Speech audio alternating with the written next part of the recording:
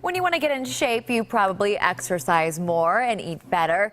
So why not do the same thing for your finances? Jenna Johnson is a financial professional with Beacon Wealth Services. Welcome to the show. Thank you. And you have some advice on how to put your debt on a diet. So often we focus on our waistline and don't put the same attention to how we spend our money or don't spend our money. That's right. Yeah, the average American household actually has about $15,000 right now of credit card debt.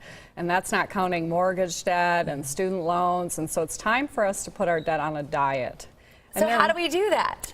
Well, I have 5 steps that I'll share later in the show, but one thing that I think is very interesting, there was a survey done by the Journal of Consumer Research, and it said users of plastic actually have more of a tendency to indulge in junk food at the grocery store, going to McDonald's to buy that Big Mac, versus people that are on a cash-only system.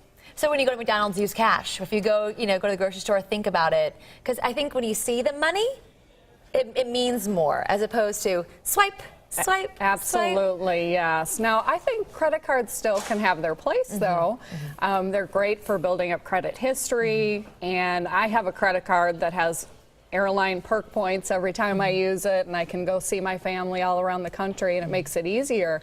But if you're somebody that really lacks discipline, because I pay my credit card bill off at the end of every month so I don't get charged that interest, if you're somebody that really lacks discipline, you probably should go to a cash-only system. And so often things add up. It's not just credit card debt, it's student loan debt, medical bills. You can quickly get in over your head. How do you deal with that? It can be so overwhelming. I mean, I remember when I was in student loan debt, and it took me years of sacrificing, cutting expenses and working those extra hours. And a few years ago, I got my student loans paid off, and just the freedom that I feel from being out of debt, it's like, oh, thank you. I can finally put my paycheck towards something else. And so I think people just should really feel encouraged, because there are things you can do to get out of debt. And you just chip away at it. Yes. Try to be responsible. And like you said, in those instances where you feel like, you're treating yourself by going to the grocery store and buying things that you don't necessarily need, the junk food items, spend cash on those. Exactly. And I have 5 steps that I'd love let's talk to about share those. with your listeners. Well, my first step is pay on time. All those late payments, they really add to the debt balance, they hurt your credit score, and it gives the credit card companies an excuse to raise those interest rates. The second step that I have for people is to really prioritize your payments. There's 2 schools of thought. The first school of thought is, well, just pay off the credit card with the lowest balance to really get some momentum building, and that feels good.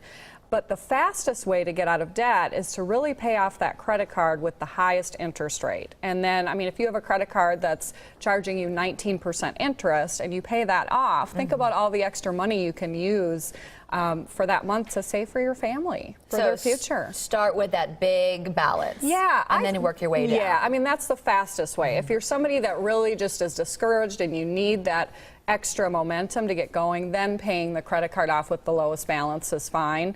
My third step is to make sure that you ask for help. Make sure that you ask for a lower interest rate. Sometimes if you call around, you can transfer credit card bills to a lower interest rate. Ask for help with the repayment plan. And the last step is just stop adding to the debt.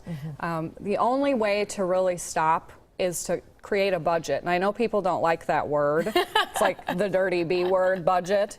But that's the only way you're going to know what's going in, what's coming out of your house, and that's the only way you're going to be able to save and put extra money down on these debts. And if your listeners or your viewers would like to download a monthly budget worksheet, they can go out to our website. We have one actually right on our homepage, and it's beaconwealthservices.com. And again, it's a free monthly budget worksheet to really get control of your finances at beaconwealthservices.com. Take control, and you'll actually physically feel better when you don't have that stress. It is just, it's so freeing to be out of debt. It really is. Thank you for stopping by. Great advice. All right.